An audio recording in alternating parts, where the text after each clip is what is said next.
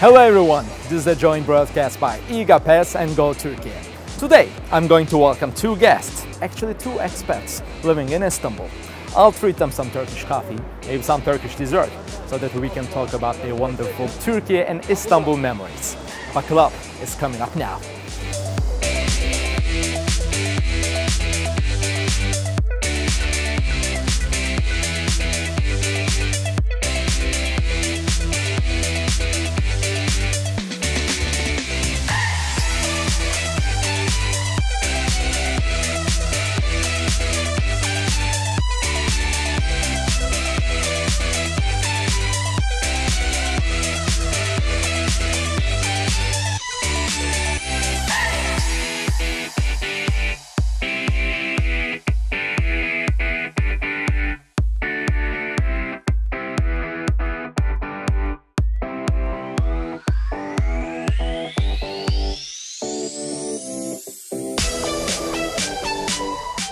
Here we are at İGA Lounge, and today I have two wonderful guests. One of them is a British beauty, successful actress, Yasemin Kay Allen. And my other guest is a real French gentleman, General Manager of Fairmont Hotel Istanbul, Mr. Nicolas Kipper. You both welcome. Hi. Thank you very much. Yeah, I'm so glad to see you at İGA Lounge. How are you? Good, good. Thank you for having us. Excellent, great stuff. I'm so excited to hear about your Istanbul and Turkey memories. So right away, I'm going to give my first question to you, Mr. Nicolas. So I know you're a big-time Turkey lover. Absolutely. So I want to hear about your Istanbul story first. So how everything started. So my Istanbul story started 23 years ago, actually, precisely, when I first was assigned here in Istanbul. I had a wonderful experience for 2 years, and I fell in love with the city immediately. I didn't have time to visit the country that much, but I recovered afterwards as I came back 4 years ago now, and I'm heading the Fairmont in Istanbul. Meanwhile, those times have passed. I've spent a lot of time traveling the world. I've studied hotel business in France, and then Istanbul, Turkey, actually my 16th country where I'm living in.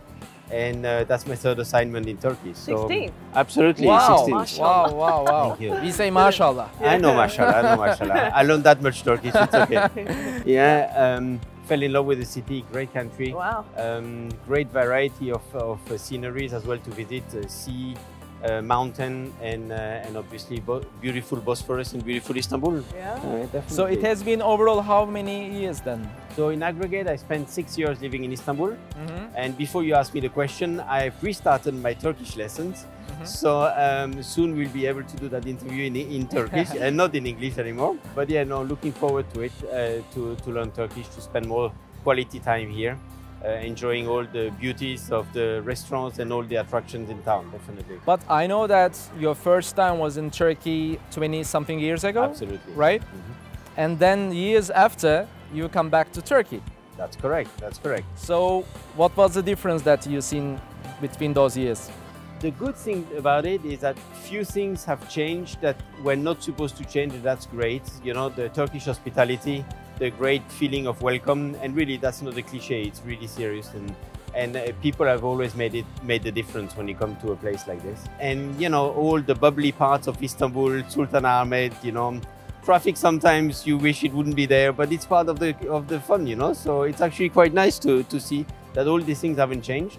On the flip side of it, great improvement in infrastructure, you know, the bridges, the tunnels. I think it eases the circulation as well.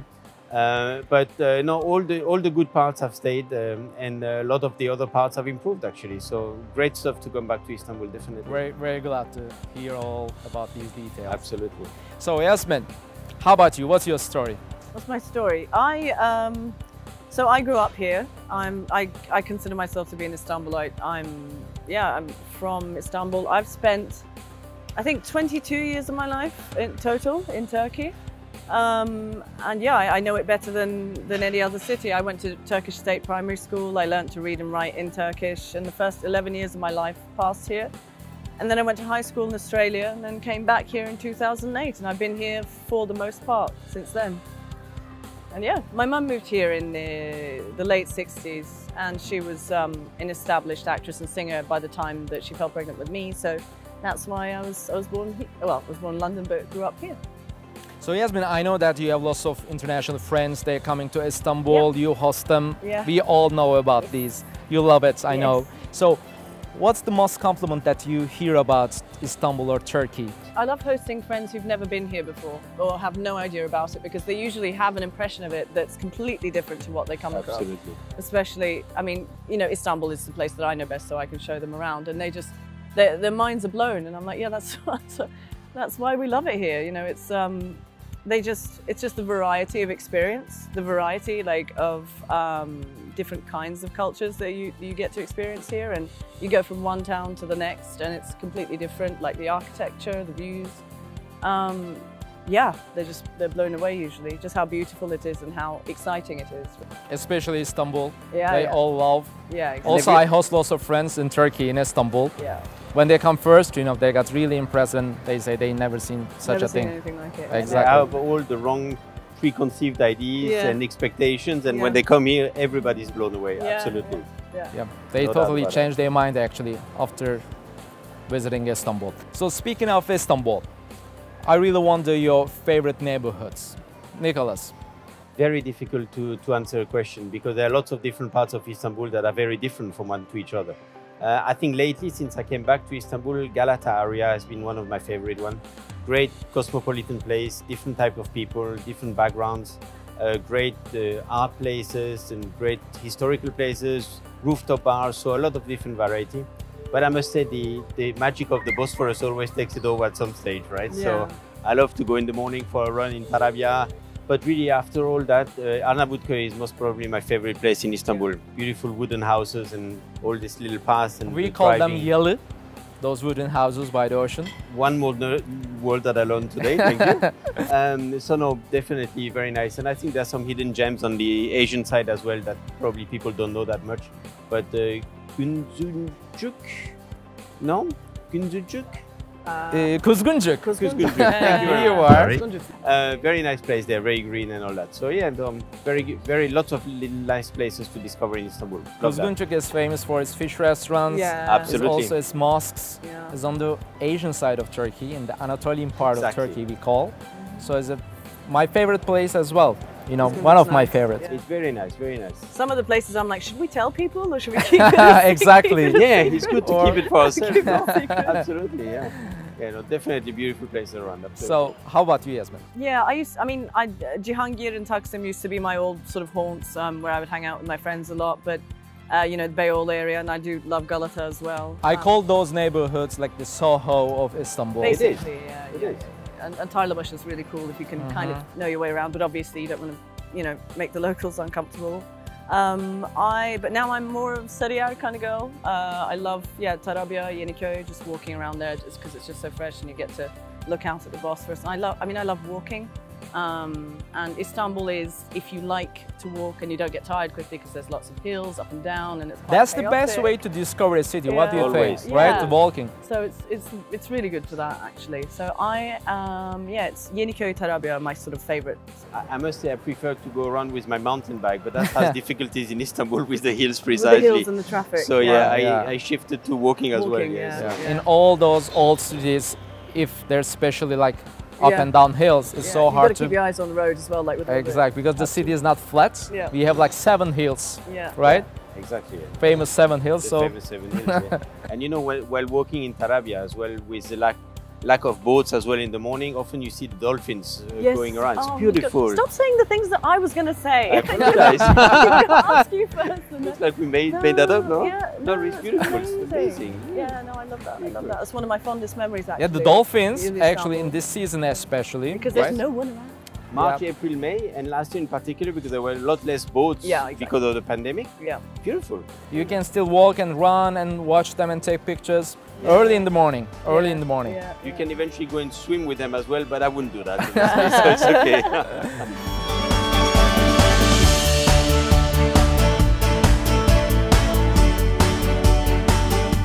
So very glad to hear all these details from you, but I also wonder your favorite destinations in Turkey, not only in Istanbul.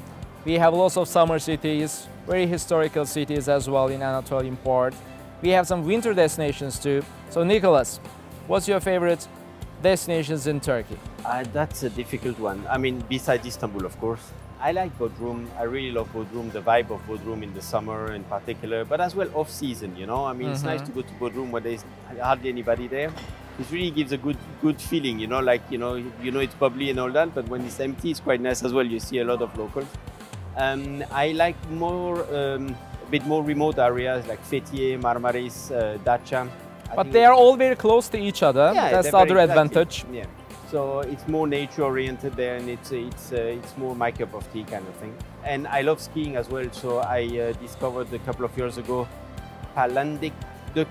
Yes. Palandöken and Uludağ, Bolu, even Kayseri. So I love that. It was a big discovery for me, and to realize that actually the country has a lot of mountains. I mean, once you fly over the whole Turkey, you realize most of the country is covered in mountains. And in Palandöken, we had the Winter Olympic Games a couple of years ago, actually, because it's the highest, actually, the mountain resort in Turkey. It's very popular as well, not only in Turkey, in all the region. So you picked the best one. A lot of foreigners go there, and even national teams of other countries come to practice there. I've seen that when I was there, so it's very, very impressive. Yeah, very nice. So since you're a French, you're expert in skiing, so it's very good to hear such comments about Palandöken from you. Expertise in the resorts of skiing, maybe not that much as a skier, but yes, fair enough. So how about you, Yasemin? Rather than Bodrum, I'm more of an Alaçatı girl, to be honest. I just prefer it there. I feel like there's a real mystic air about the place. I love the wind there, and just sort of it just makes your heart feel really open. You can take a really nice deep breath. It's just a lovely place. But other than that, Mardin is a really special place, real cultural hub with Turkish, Kurdish culture and Assyrian culture. It's a melting pot. Yeah, exactly. Mardin is definitely a melting pot from different cultures and religions, as you said. Yeah, there's the Mardin Biennale, which is really nice, and you can get some really nice Assyrian wine. It's fantastic. I need to do that. Yeah, and what else? I mean, if you like beautiful green pastures, there's Artvin, obviously. Delicious cornbread and amazing butter. Wow. Really, really good. Artvin is in Black Sea region of Turkey. Yeah. And it's famous for its honey, I believe, right? For its honey? Yeah. Oh, wow. Yeah, it's cornbread and butter, but possibly.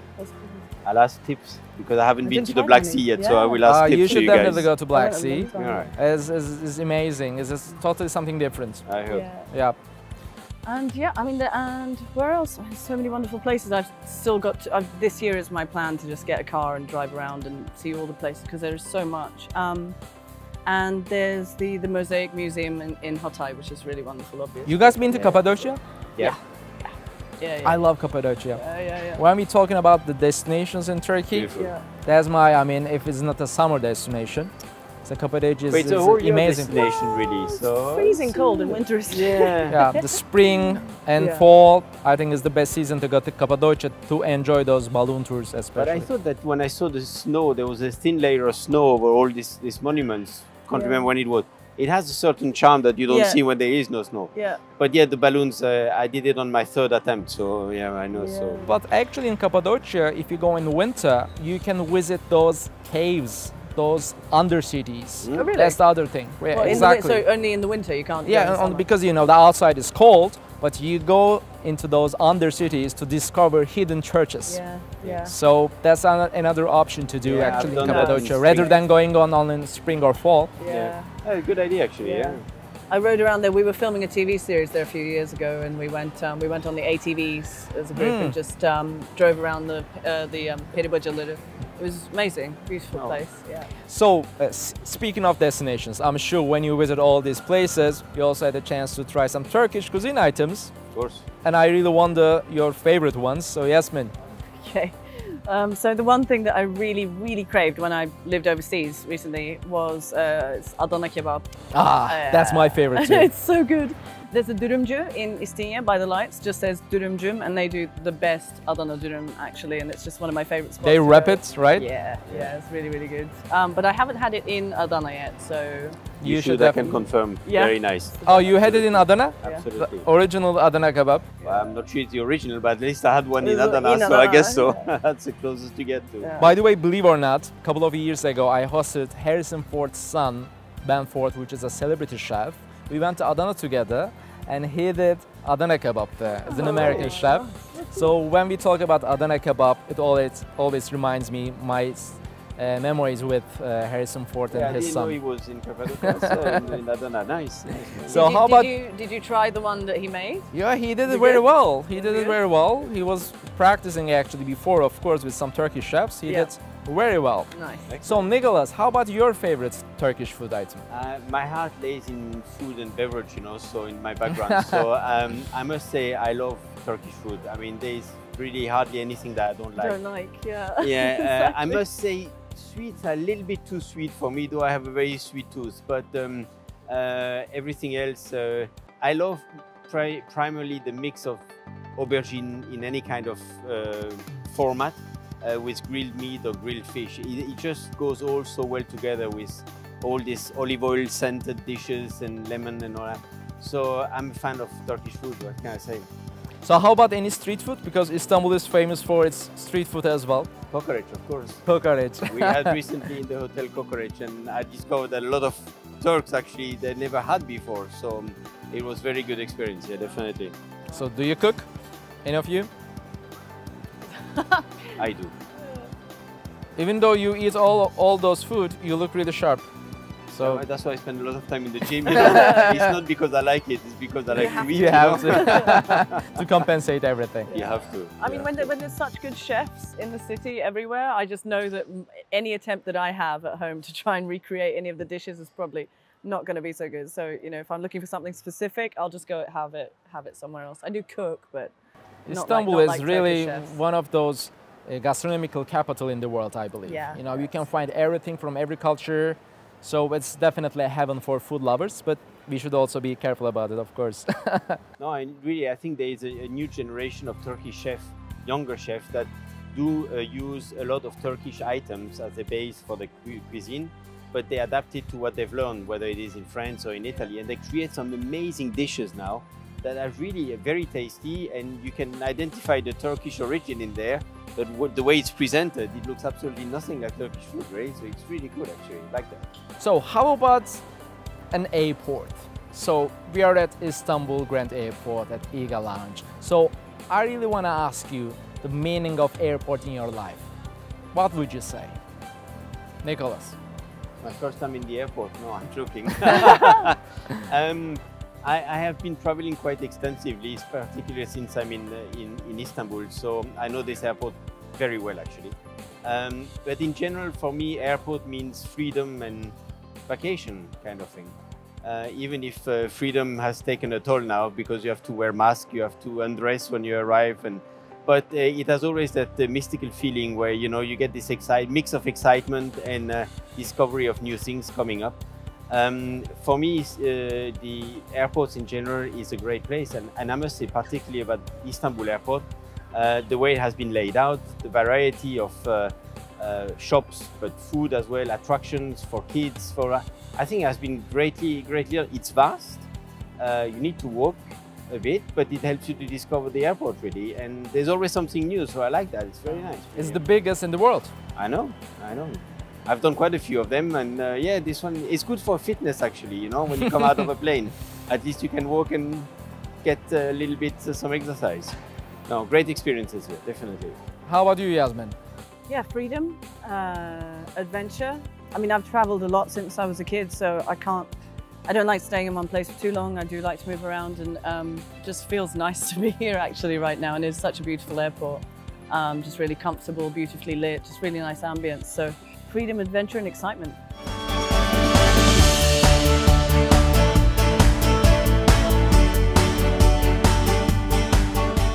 Here is our Turkish coffee. Hey. I would like to treat you some There we go.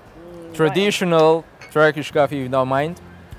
Not at all. A country, exactly what we need. Do you like Turkish coffee, Nicolas? I love Turkish coffee. Very nice. No sugar, sade. How do you drink? Yeah. Sade. Sade. Means plain, no sugar. And you?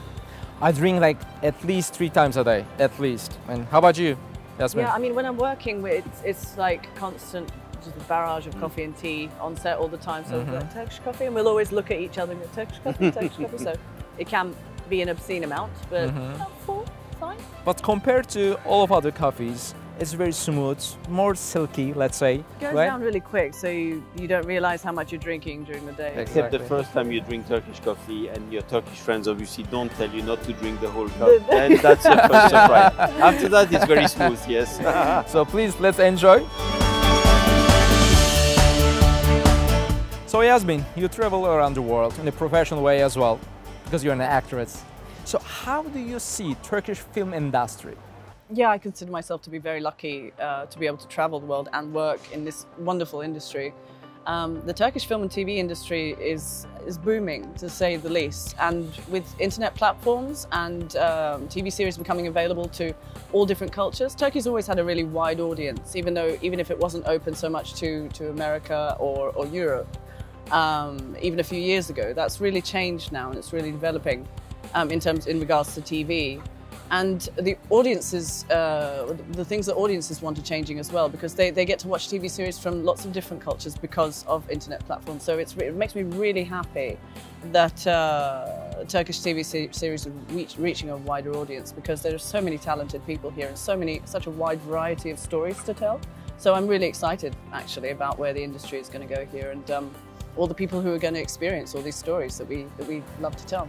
We have lots of stories actually in Turkey to cover, and also lots of venues, natural venues. And I can add that a lot of series are actually filmed at the Fairmont, Basar Istanbul these days. Oh, so wow. you can find a hotel there, absolutely. The Turkish soap operas are famous all around the world. We export them, as you know. We are the second biggest exporter of soap operas in the world. And as I said, also lots of film production companies are coming to Istanbul to film their productions, obviously. So Turkey is a natural plateau for them.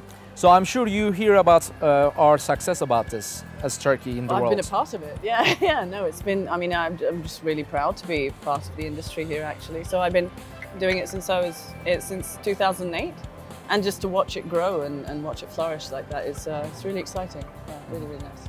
So Nicolas, I would like to ask my last question to you. Since you've been traveling all around the world and you have such a huge experience in Turkey, how do you see our progress in tourism? Very interesting question, because when I was here, nearly a quarter of a century ago, there was a lot of development that was still needed in Turkey and in promoting Turkish management, Turkish people. And now that I've come back after so many years, it's great to see a lot of general managers are now Turkish. And even a lot of companies having trained and developed Turkish people are sending them abroad. The sense of hospitality is not something that you can learn easily, so this is in the genes, so people use that a lot. And it's great to see that over 2 generations now, really a lot of the management of the hotels are done, and not only general managers, but the whole hotel and tourism sector are led with Turkish people. And I think that is a very good future for the country and a very good sign. So I can only encourage that further, definitely. So lots of changes in positive way. Lots of positive changes, absolutely. I'm so glad to hear it from such a tourism expert like you. Pleasure. So how about the Eagle Lounge? Did you guys like the lounge area? Yeah. Great coffee. Great coffee. Great coffee? Absolutely, great coffee. So Nicolas, because you love lunches, I know, you travel a lot, so how did you find it?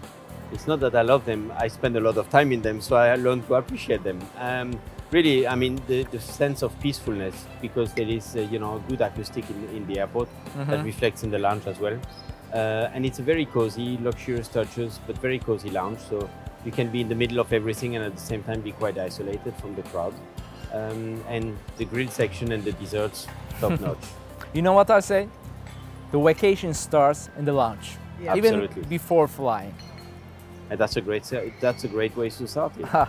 So glad to hear from you. So how about you, Yasemin? How did you find it? Super comfy. I'm about to fall asleep. I'm joking. It's great. There's lots of different areas. So, I mean, there's partitions between the areas. So there's lots of privacy, even though it's an open space. So it feels breathable. You don't feel cooped in. And like you said, the acoustic and the sound is really nice, really quiet. Yeah, delicious coffee. And it's just really comfortable. Yeah, really nice. Thank you for inviting me. You're welcome. So I'm so glad to have you today at the Eagle Lounge. It was my pleasure. Thank you. So hope to meet again, and maybe we will fly all together. Absolutely. to somewhere. Let's do that. So I'm so glad to hear all these comments about Eagle Lounge and Istanbul Grand Airport, and it was my pleasure to host you today. So thank you very much for your coming. Pleasure for coming, and thank you very much for the invitation, really. So that's all for the week.